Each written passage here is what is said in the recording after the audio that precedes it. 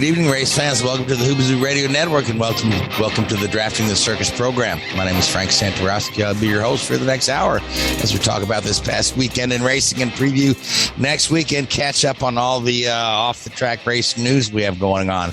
Joining me today, I've got Richard Youden and Luis Torres. Guys, how we doing? Good, thank you. Yourself? Wonderful. Let's just say beef and madness. But I'm doing good, though. Beef and madness. Okay, I don't know who's blowing the horn outside, but... Not me. So, yeah, but it's funny. It came right at the tail end of your beef and madness. Someone starts blowing the horn. That was my neighbor or whatever anyway. So, but anyway, so we had a lot of racing on the calendar this past weekend. The IndyCar guys were off, but they were doing some testing here and there. We had Formula One in Austria. We had the SRX down at the Nashville Fairgrounds. The Cup Series and Xfinities were at the Atlanta, the super speedway down there. And Mid-Ohio had a NASCAR weekend with ARCA and the trucks. So, well, let's start in Austria, where we saw Charles Leclerc take the win. So that's Ferrari now 2 for 2 wins in a row between Leclerc and Sainz winning last weekend, breaking up the 6 or 7 in a row we've seen out of Red Bull. Although Ferrari still seems to have some real reliability issues, as Carlos Sainz DNF'd in a pretty grand fashion there. So, Richard, let's talk about Austria a little bit. Yes, so Austria was the second sprint race of the season, or second race to include sprint qualifying, or however you want to call it. So the revised format of a free practice 1, then qualifying on Friday afternoon, followed by free practice 2 on Saturday morning, sprint race on Saturday, and the main event, as it were, on Sunday afternoon. Qualifying was, as you'd expect, between the Red Bulls and the 2 Ferraris. Sergio Perez ended up getting a penalty for exceeding track limits, which became a bit of a theme for the weekend. And moving into the sprint race on Saturday afternoon, pretty non-eventful really up front. Some good battles in the mid-pack. The Hasses, and especially the 2 Hasses and Lewis Hamilton were having a good old battle with Kevin Magnussen coming out on top of that, followed by Hamilton and Mick Schumacher. But, really good racing there. And Sergio Perez battling back from his disappointment in Friday qualifying. But yeah, out front, Max, pretty comfortable win, really. The 2 Ferraris had a bit of a squabble for a few laps there before Leclerc, settled into a pretty comfortable second place with, I believe, Carlos Sainz coming on third. So the really interesting takeaway from the race was on the cool down lap, at the end of this little sprint, Charles Leclerc and his race engineer was talking, and Charles says, we've got them tomorrow. We can beat Max tomorrow. And everyone was like, really? I mean, Max's performance was pretty dominant. It was you were struggling to see where Ferrari could have the upper hand. But coming into the race on Sunday, Ferrari really did have the edge on the raw pace and the tyre games, if you like, and ran a strategy that dominated Red Bull. I think Leclerc ended up having to pass Max Verstappen 2 or 3 times on track, but it was always, pretty much always on a tyre strategy course, and it was never really a battle by Max to hold Leclerc back there. But really after some of the disappointments, you look in Baku and Barcelona and Monaco and the strategy call at Silverstone, it was a good, solid, well-executed race from Ferrari, which is really what they need. There's a few dramas in the last 10 laps when Charles Leclerc was suffering from a stuck throttle there, and that caused a few nervy moments. But Charles did fantastically well to drag the car home under pressure from Max. It wasn't like he limped home. I mean, he probably in the last 5 laps only lost a second over 5 laps to Max, with that issue. So huge credit goes to Leclerc for that fantastic drive at the end there, and hopefully that will give him a little bit of confidence going into the double header before the summer break. And you think if Leclerc can come out of Paul Ricard and Hungary with 2 wins, then that'll set up the championship really nicely over the summer break. Which ends at the end of August. So now, if to the counter side of that, Max has a good results in France and Hungary, then it can swing the other way. But pivotal point here, and it was a really, really much needed win for Charles Leclerc, and it does give them some confidence. Charles certainly needs to make hay right now. So, while their car's reasonably competitive. Yeah. So let's talk about the sticking throttle issue, okay? Because it's the throttle on a Formula One car is not conventionally what you think of. It's not a cable that's going. Is anything a cable these days? I don't know. Yeah, I mean, so it's essentially not much more than a micro switch that sends a signal to throttle up or throttle down. So, but there is a spring underneath the pedal that makes so it feels like a pedal. So, so now when they say that he's had to continually put his foot under the pedal to pop it back up, does that with that thing depressed, that actually keeps the throttle open, or is it just more of a nuisance factor? Because it didn't seem to really hamper his performance on the track. I didn't see him getting like too deep into a corner, couldn't get slowed down or anything like that, like you would traditionally think with a stuck throttle. Yeah, I mean, I think it helped that certainly he had a pretty comfortable advantage when it first started. Because I think on the restart he felt it a couple of times, and then he said it got better, and then it sort of came back. So what was happening was, obviously when he goes full throttle and presses depresses the pedal fully, it would go to 100% demand, and then when he lifted off the throttle, the pedal wouldn't return to 0% demand. It was returning to about 30% demand, which the big issue there was downshifts. Again, that's all computer controlled. So if you select a downshift and you have 30% throttle activation, it won't downshift. The car will say, no, I'm not doing that. You can try, but I'm not doing it. So by sounds of things, he had to put his foot under the pedal and lift it back, which there's not much room in these cars to do that. And yeah, he was very lucky he was able to do that. My guess is that something probably got wedged in the spring and stopped the pedal from returning, because these pedals will have it's a little bit more than a micro switch, Frank, but it's not far off. They'll have 2 sensors which will detect the position, and the car will basically look at those 2 values, and if they disagree, say a sensor fails, which happens, then the driver has the option to disable one of the sensors and just rely on the second sensor. But by sounds of things here, both sensors were reading this 30% number. So that would lead you down the road to think that there's something mechanical has wedged in the spring or something similar.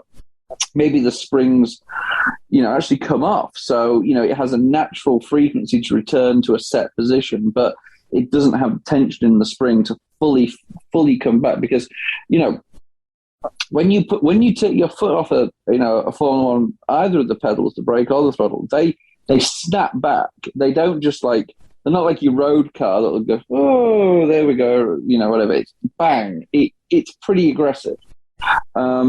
So for it to get stuck, you must have been something pretty fundamental on a mechanical side. So, Ferrari will look at look at what's caused it.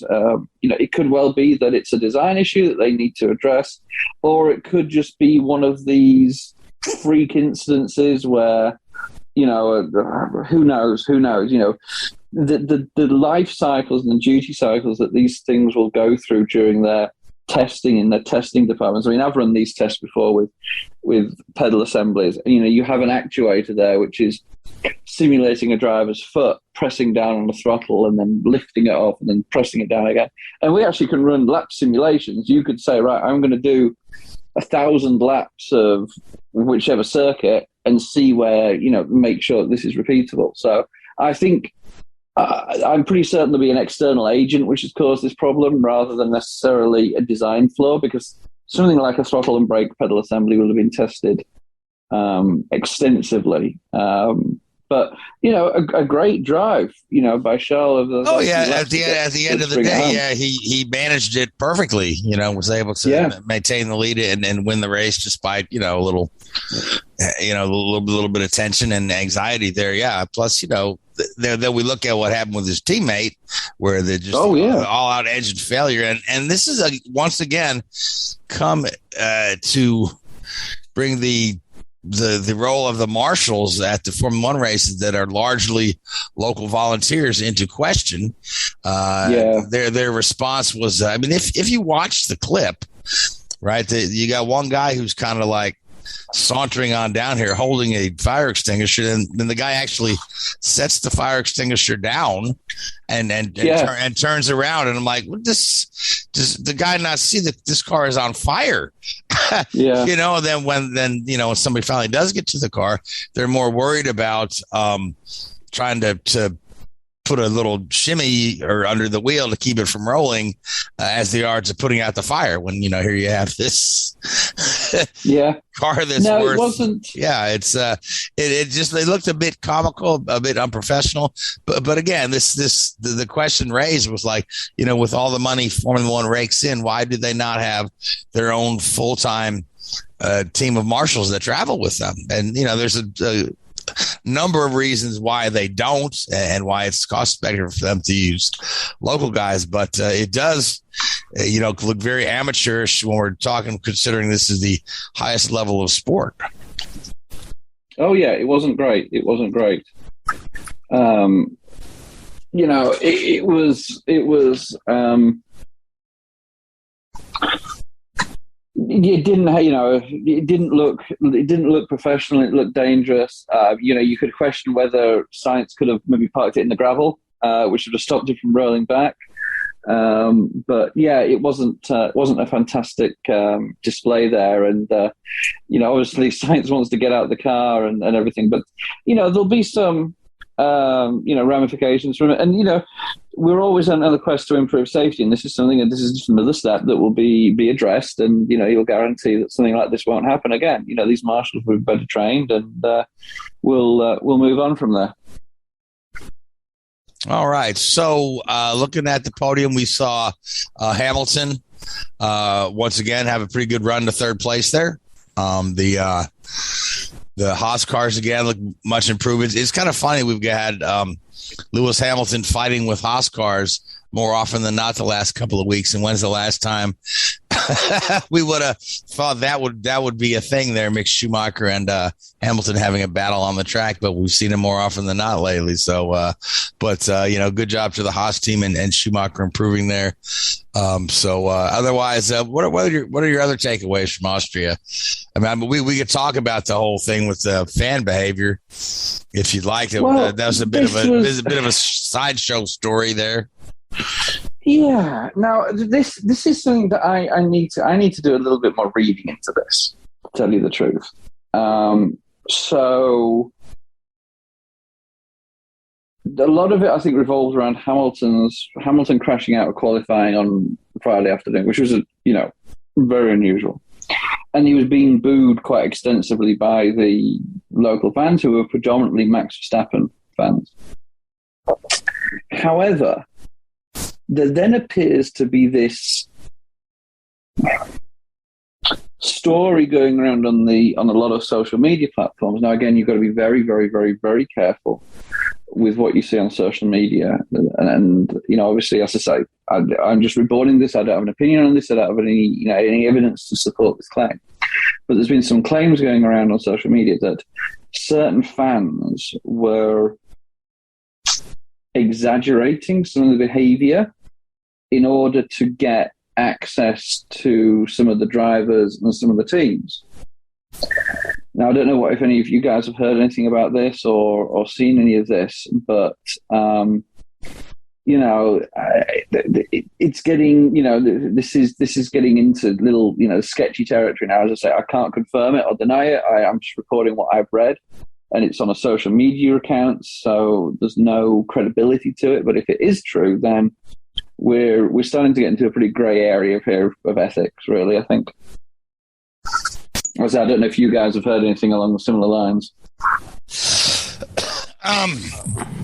No, I just pretty much I've read a couple of stories where certain drivers are condemning the fan behavior, that there were racist and homophobic things being fan to other fan and whatnot, and these sort of things. And I believe there was a woman that was assaulted, perhaps. But either way, it's whatever it comes down to is it's not a good look for the sport. And certainly if you say the baseball's been ejecting people from the stands forever, we need to start doing that at the races, maybe so. Yeah, it's and on a if that is the case, that's bad enough. If it is the case that people are exaggerating this to try and get access to some of the drivers, that's even worse. In many ways, but Formula One, needs to, it's obviously ran with this, pretty visible "We Race as One" campaign for the last 2 or 3 seasons now, which I fully support.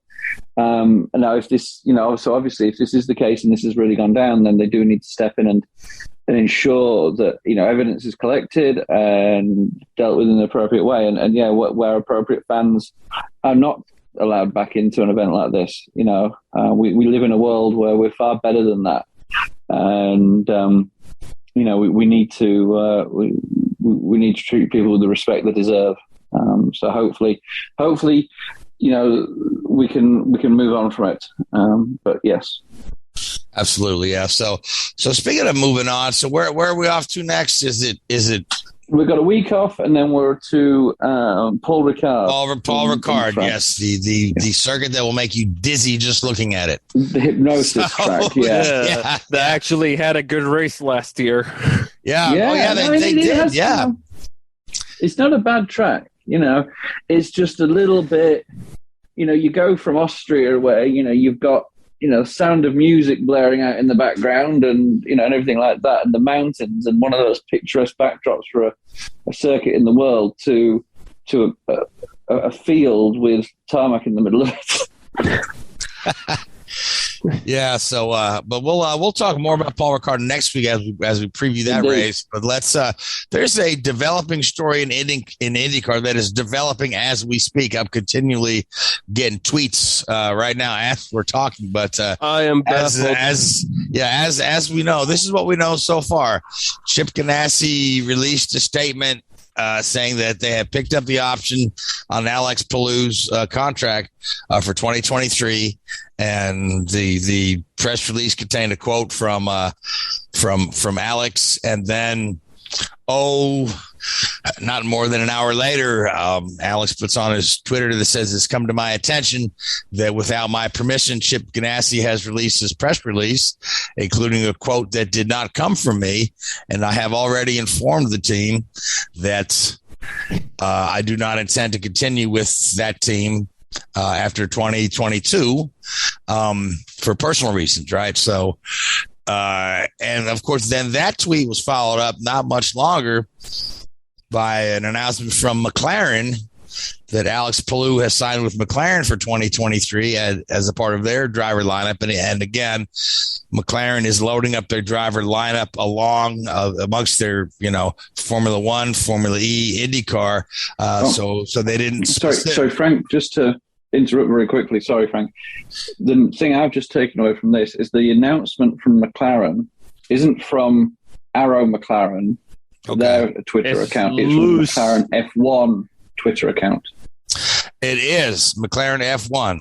Alex McLaren Racing. Yeah, okay. Well, it says, McLaren Racing welcomes IndyCar champion Alex Palou to its driver roster from 2023 as the team continues to build a talent across all of its racing series. Our full driver lineup across all racing series will be confirmed in due course. So it doesn't specifically say he's in the Formula One car. But it was interesting that they put out that press release before the Arrow McLaren group put out that press release if he's going to stay within IndyCar. Guy, we could be overreading this. We could be, he could be going to the Formula E team, but either way, it looks like he'll be in a McLaren of some variety. And McLaren, who also tested Colton Herta over the last couple of days in the program where they test previous cars. He was driving was a 2021 car out there in Portugal. I think he ran about 162 laps. I read, so they're looking at Herta as well, but they've got Pato O'Ward locked in. They've got Alexander Rossi locked in. They have Felix Rosenqvist locked in, but not necessarily two seat in a series. We could see Felix in the Formula E, as far as we know, and then now they have Palou again, not linked to a particular series. So Palou could also, he could be in Formula E. He could be in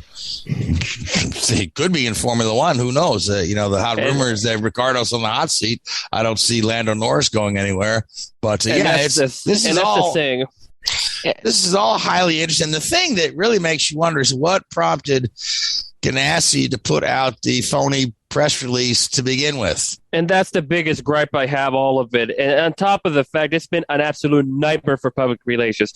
Being a guy that writes and shoots photos that maybe would like to dabble into that field one day, what you just look bad, period. And at the end of the day, you just look bad. And I hate saying that at the end of the day because we're all human. But when you have a driver publicly opening up and pretty much burying you on Twitter that this is not true, that's a sore eye for the team that he won a championship and the people that handle all that media stuff. It's just you can't just have that. Period. To sort of link this into something we're going to talk about later in the show, I'm sure. You can just see the Richard Childress Racing PR team thinking, "God, we had a disastrous day today," and this is Ganassi group saying, "Hold my beer, we've got you on that one." Oh yeah, exactly. Before I dive in where I think this domino effect will lead to, it reminds me of the one scene in Licorice Pizza where Alana got so mad at his dad, because he didn't like the boyfriend's viewpoints on it and so on and so forth. It's like, and then slammed the door and got confronted. That's kind of that's the vibe that I guess like. I imagine. Whether it's Richard Childress or Chip Ganassi, they're feeling frustrated and angst as like, why would you do that? But going now to the future, we looked into a Formula E. That's for the up next season, not the current one we're dealing with, because McLaren are entering 2 Formula E entries, naturally, because it is part of the Formula World Championship. Danny Ricciardo, Felix Rosenqvist, and you have them, you have Pato, now Palou, and Colton Herta. You have a slew of drivers that are... And Rossi. Oh, yeah, and Rossi, too. But you have a plethora of drivers that you sign up, but there's no guarantees where they're going. I imagine Rossi is sticking with IndyCar, but time will tell. But who knows how people from McLaren thought of Herta's run, and we'll see how Pato and Palou, which is apparently what I understood, they're going to test the Formula One McLaren. So they're... At this moment, it's up for grabs who's going to be in that second McLaren F1 seat. And then from there, then they'll probably figure out who's going to go to Formula E. And then those who are going to stick around to IndyCar or be moved to IndyCar. Right. Now, Pato has already had one test in the Formula One car. So he's well within the frame for perhaps moving to the Formula One team. So again, this is I think that if it weren't for Chip Ganassi putting out this bit of false information, we wouldn't have heard this McLaren news for a couple of months. But I think they forced it. And again, I don't understand why, because it's not like it's a Marshall Pruitt or a Jenna Fryer speaking out of their ass and putting something out there that they say, "Oh no, your reporter is uninformed." It's a team release. Yeah. Which is just Nathan really, really a bad look for the team. So, but it opens up a pretty prime seat at Ganassi, though. If you start to look at look at that and who's available there. All I'm going to say much is if I were Ed Carpenter, you got to start defending one of your drivers to not fall in that same pit line with your other former driver you had back in the day in Joseph Newgarden. But time will tell, because that's like the hot speculation. Like if there's somebody that probably could fit in that 10, some people on social media are saying Rocket Rinus VeeKay. Certainly, yeah, that would be a good move for him. Yeah, he's proven his worth. He's won a race in the Carpenter car, and we know Carpenter is a pretty good, solid team, but they are a bit of a stepping stone to the larger teams, right? So they're on par with Ray Hall or whatnot, where they occasionally win races and whatnot, but they're really haven't contended for championships at all. So for VeeKay to make the jump to Ganassi would make a lot of sense. But there's always been speculation that Roger Penske has been very interested in Rinus VeeKay for quite some time as well. Yeah, and the question will be who's going to make the move? Will Penske reopen a fourth car once more, or what about Will Power? How much longer he wants to do this? Remember, Power's in the championship fight this year with a couple Ganassi drivers by the name of Marcus Ericsson and right now. So we'll see. It'll be curious to see where Penske goes about it. But I think Will is signed through 2023, if I'm not mistaken. So he signed a multi-year deal a couple of years ago, and I think he's under contract through next year. So, but it makes you wonder about because they've certainly they have the funds and the facilities to put a fourth car on the grid there. Now, mind you, they are involved in that Porsche program in sports cars, which is taking some of the resources, which is their main reason for downsizing to 3 in the first place. But they added the fourth car to make room for Simon at one time because they wanted him on the team badly. Yeah, it's just an unknown mystery, because the whole thing with right now going on with the Palou McLaren thing, it's just knocked a bunch of dominoes that it'll probably impact about between 3 to 5 teams, and that's my assessment. But because otherwise, if it wasn't for that, the big IndyCar news out there would have been the 11 Foyt car not entering Toronto. Yep. That's been a developing story for a while. There was some speculation that that car had its run because of late sponsor payments from Rocket. Again, Williams had the same issues with this sponsor. With the late payment or lack of payments. And at the time, the Foyt team did their best to kind of quell the rumors. We're fine. We'll be on the grid. Of course, it was quite noticeable that the Rocket was not on Kirkwood's car when they ran at Mid-Ohio. But now Tatiana's car is just not traveling to Toronto at all. So we'll see if that was going to just put an end to that season there. Yeah, and also J.R. Hildebrand coming up with the Iowa doubleheader. It remains to be seen if, Hildebrand's got a couple of sponsors in his pocket here and there that may help him out. He's worked with Preferred Freezer in the past. And I could almost see Hy-Vee reaching out a little bit to get that other car on the grid.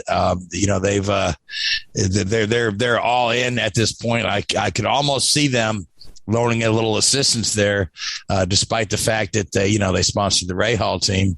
So, but and Hildebrand had who did he have in Indy?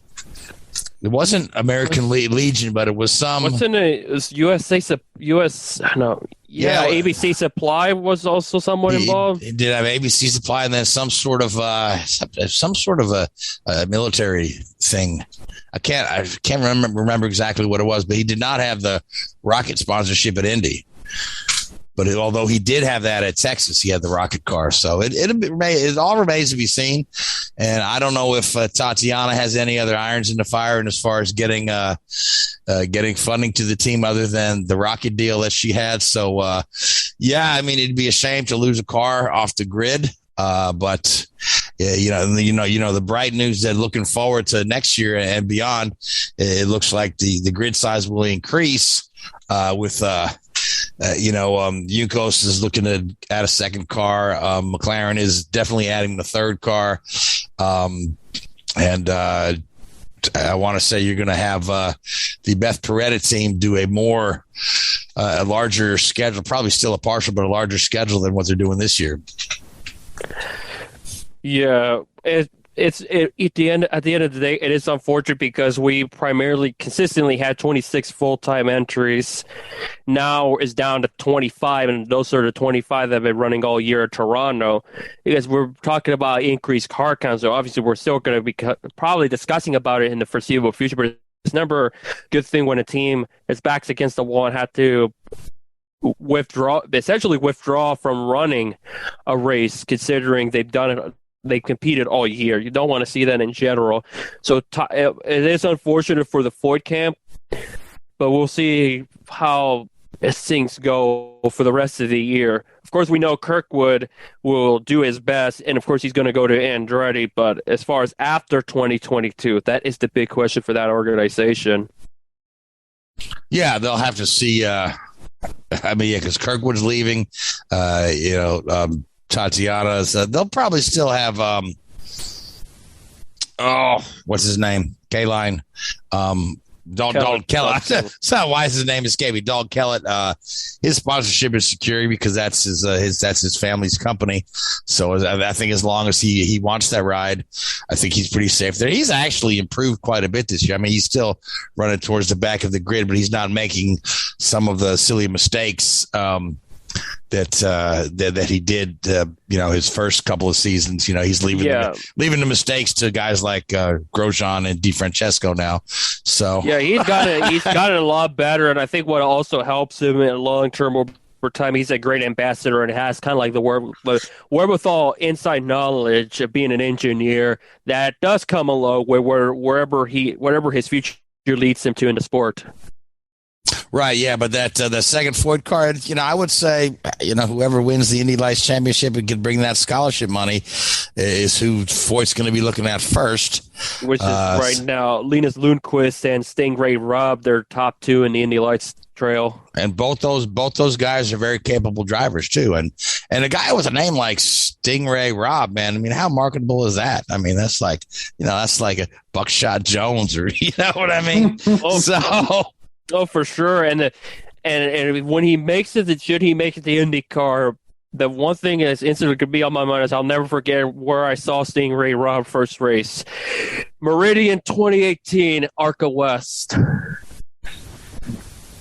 Which is because he's from Idaho, so he drove the race that Haley Deegan won her first NASCAR race. Interesting to know. Yeah. So, and then of course, Linus Lundqvist, that kid's really good too.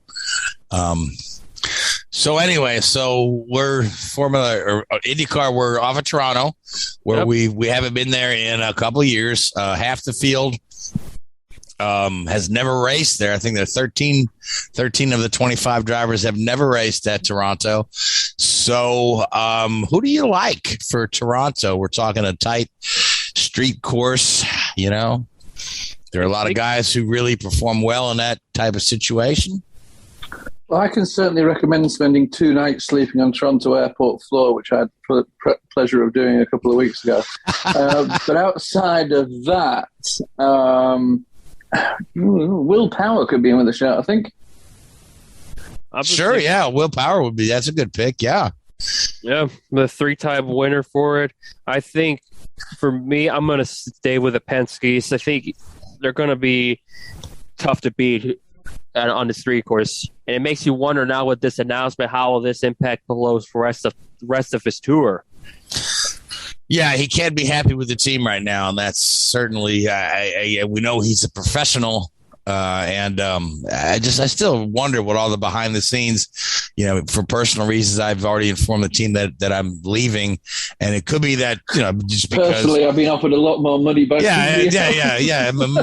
McLaren has a lot of money in the bank, so that could be the personal reason there. But he's got to be just kind of livid right now with the way that they made that false announcement. So, and as far as my pick for the race win, I say that this is one of those weekends where Colton Herta comes strong out of the box and dominates the race, doesn't make a mistake, and goes ahead and wins this one because it's been a minute since he's had a race like that, but he has one, every in intervals, not regular race together at Indy despite all the drama.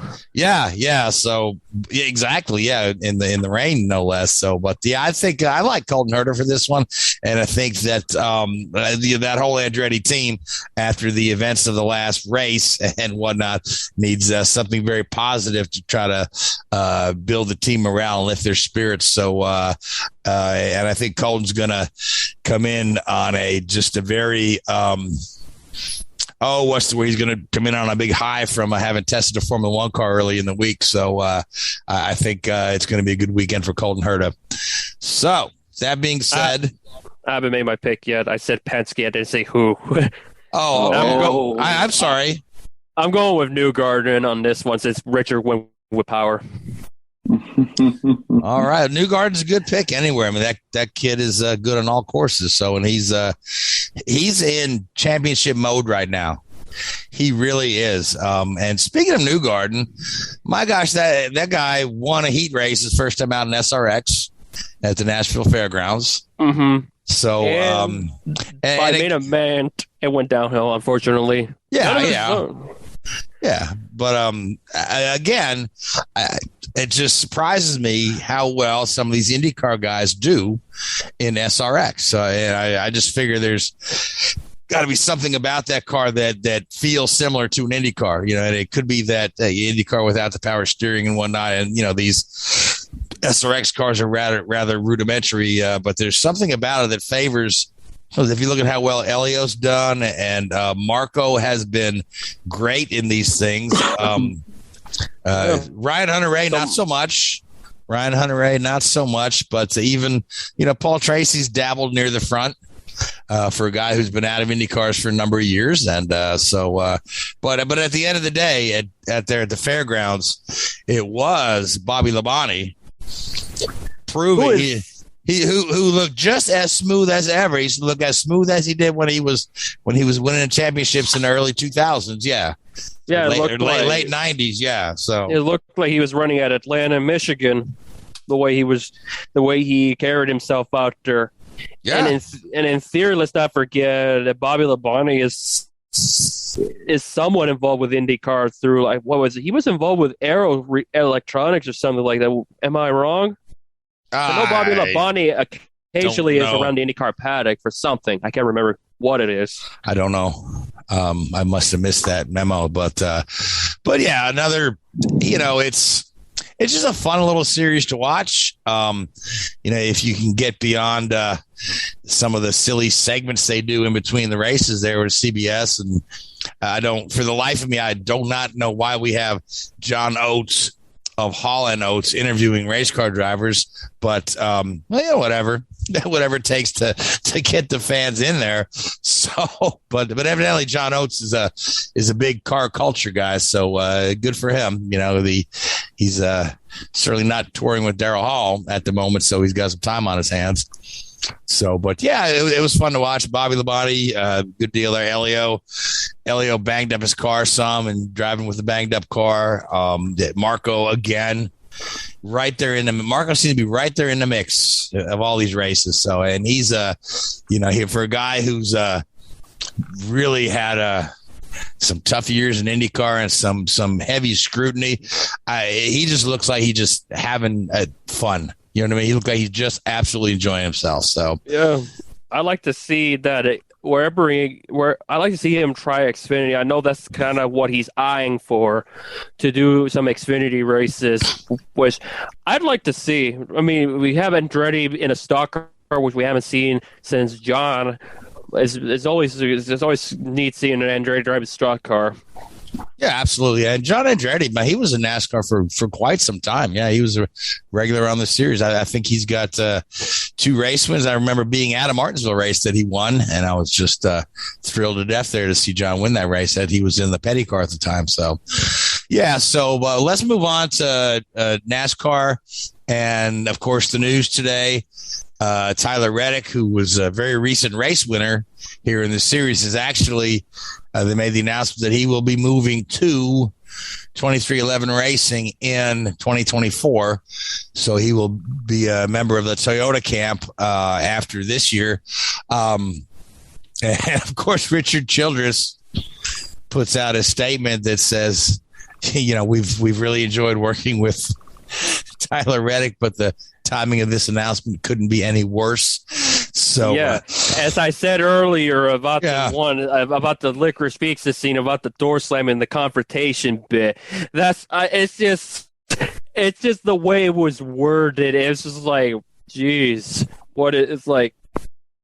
It is crushing for RCR when you really think about it, because before Tyler Reddick came to the scene in the Xfinity Series in 2019, let's not forget, at the end of 2018, RCR they had the Daytona 500 win with Austin Dillon, depending how you see it, whether it was earned or reckless, depending which side you're on. But RCR were in the Cup level. They were not winning. They were not like consistently competitive from time to time. And Tyler Reddick, albeit he won the Xfinity title with JRM, he was nowhere near the top JRM driver. He was not at all.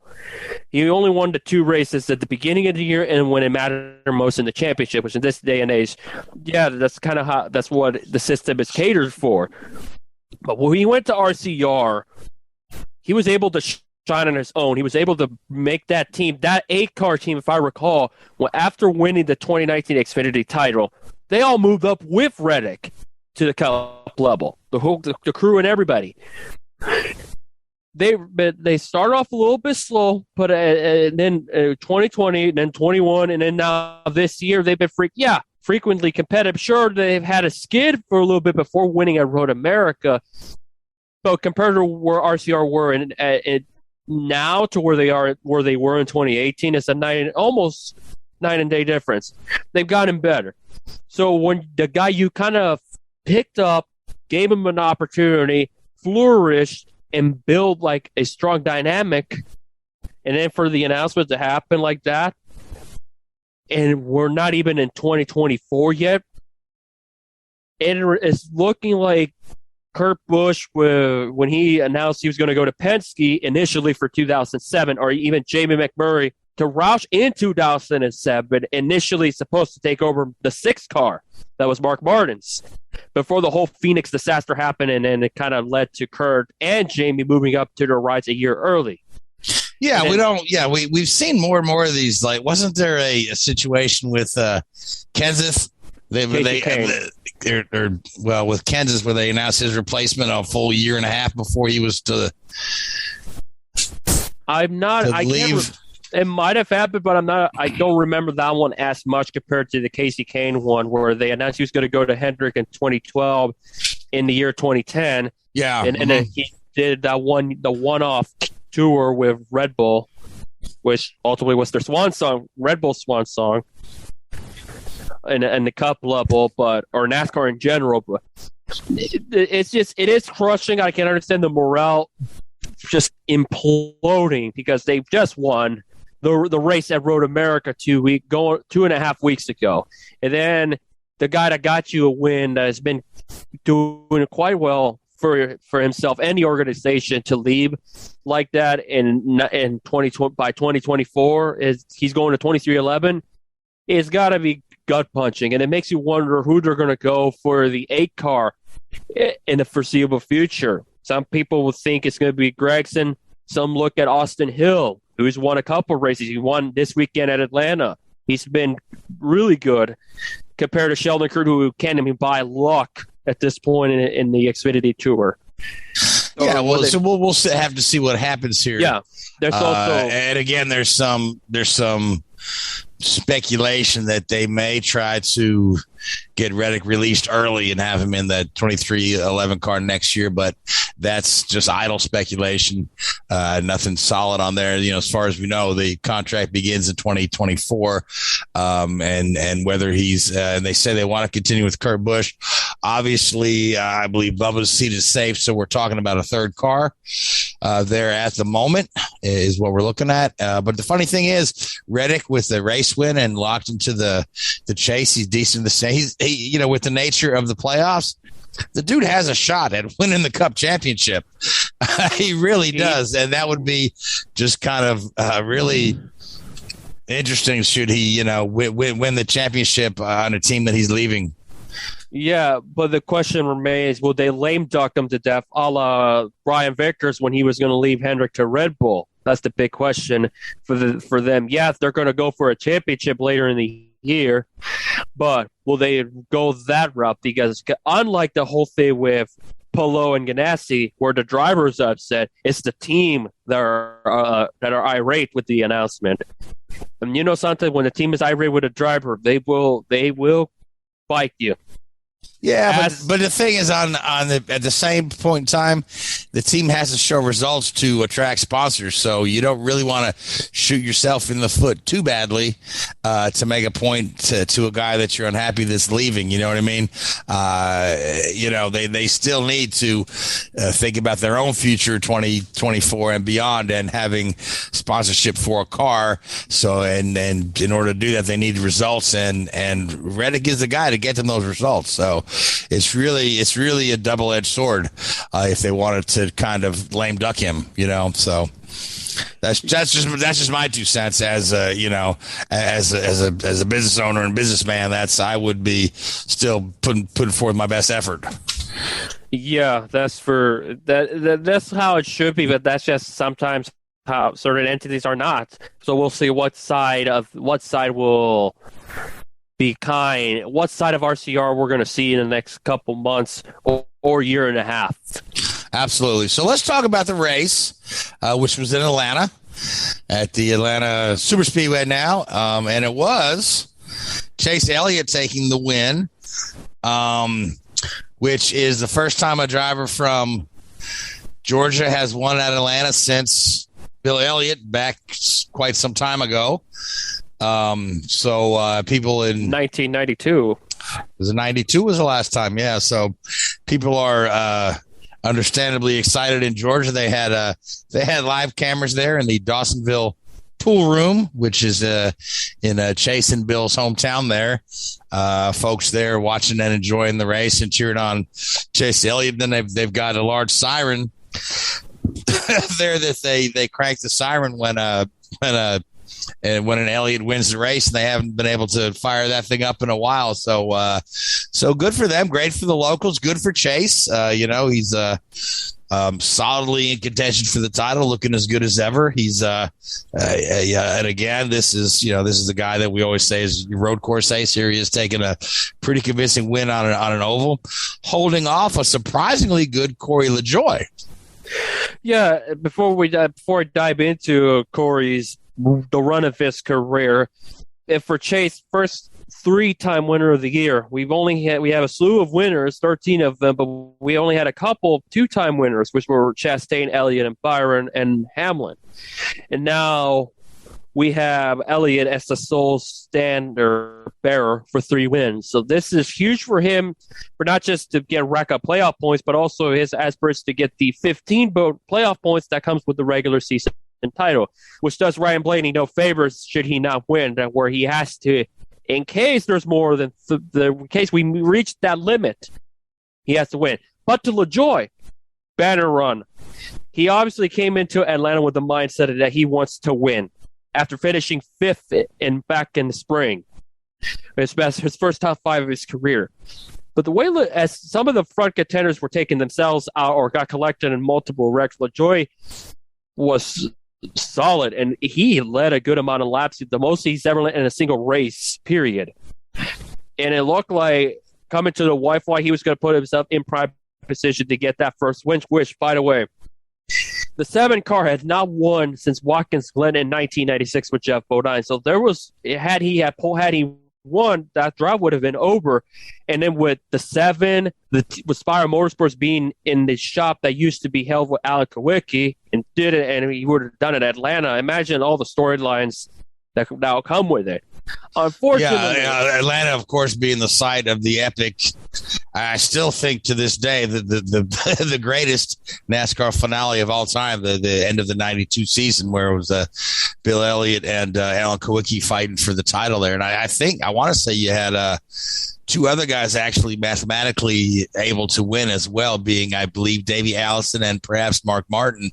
There were 4 of them, which were Davey, Elliott, Kawicki, Allison, and Mark Martin, right? Yeah, and further back, but mathematically still in the hunt were Kyle Petty and Harry Gant, which they needed a lot of help, along with Mark Martin.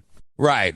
But that was that's one of a lot of people still point to that as that's perhaps the greatest NASCAR finale race there. It's had all the excitement and whatnot. And yeah, to your point, winning in the car that is the modern day iteration of which once was the Kawicki team would have been pretty phenomenal. For sure. And time will tell. Well, first of all, we'll see how at Daytona, because that might be his last great chance. So he might be looking at Daytona as probably a shy where he can do it, but he'll have to get into the top 30. Because had he won at Atlanta, I believe the next challenge to get himself into the top 30 in points, which he struggled to stay in that round. We've seen a couple times where drivers outside of top 30 have won a Cup race. Yeah, Justin Haley, right?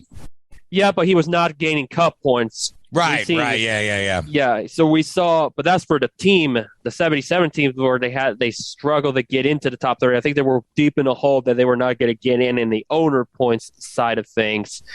But we saw Chris Buescher, Kyle Busch, and Tony Stewart win their races in over a half a decade ago. In a similar fashion where they won despite being outside the top 30, albeit Busch and Tony were injury related. That's why they were in the hole.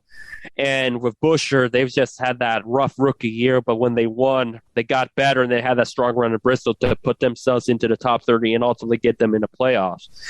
But you cannot deny LaJoie's afternoon period. He gave it his all, and whether or not the block was dirty or justified, here's the thing: it's the last lap. Elliott was defending his position. Yeah, it came at the expense of LaJoie, who lost control, and Kurt Busch, innocent bystander, once again on a super speedway accident, got wadded up in the whole ordeal. But people saw what he was able to do, and I think when it comes to Daytona, keep an eye on him. Albeit it is a different style super speedway racing, but it's still. Yeah, and good for him. But Corey's been in this for a while, and he really just been mired midfield or backfield for years. And to see him up near the front leading laps for him, that had to feel very good. Even though he at the end of the day he didn't get the W, but he certainly raised his stock a bit, especially when you consider there's an open seat or two, on larger teams coming up. But I think he's probably pretty happy where he's at. But whenever I think of Corey LaJoie, I remember his dad, Randy LaJoie, who was a beast in the truck series. And there's always this one little incident that I always remember whenever I hear the name LaJoie, right? And it was when I was living in Virginia, and I was just had popped on the local news to catch the sports broadcast, and their local news are the sports broadcaster. He was an ex-football player, right? So he really, but I think they were racing in Martinsville. The trucks were or whatnot, and so this guy had the rundown from the Martinsville race, but again, like I say, he's a football player, so he's out of his element, and he casually mentioned that the winner of the truck race was Randy LaJoie. I was gonna say, well, did they mispronounce his last name? And yep, I kind of stood correctly. Yep, Randy LaJoie. Yeah, it's kind of spelled that way, but yeah, you gotta and you see that kind of thing a lot when somebody's just giving a list of names, and certainly I remember seeing it was my old friend John Orievitz, right? He had showed me this sheet that they had given to media members. It listed all the kart drivers, and we had a lot of international drivers at that time. And it was a sheet that had the correct spelling and then the pronunciation of each driver's name as they handed out to members of the media, so that they could kind of get that down. I thought that was kind of interesting. So, but nobody told this poor guy how to say Randy LaJoie. Yeah. So anyway, I think that will help for IndyCar for the IndyCar side of things, or even, yeah. Would you ever know if you watch the SRX races? Mm-hmm. The Helio Castroneves, they keep calling him Helio. Yep. Yeah, but I remember the Helio did a segment for ABC of one of the Indy Vibrants. It might have been 06, where he made it clear it's Helio, not hello, Julio, or Helio. It's Helio.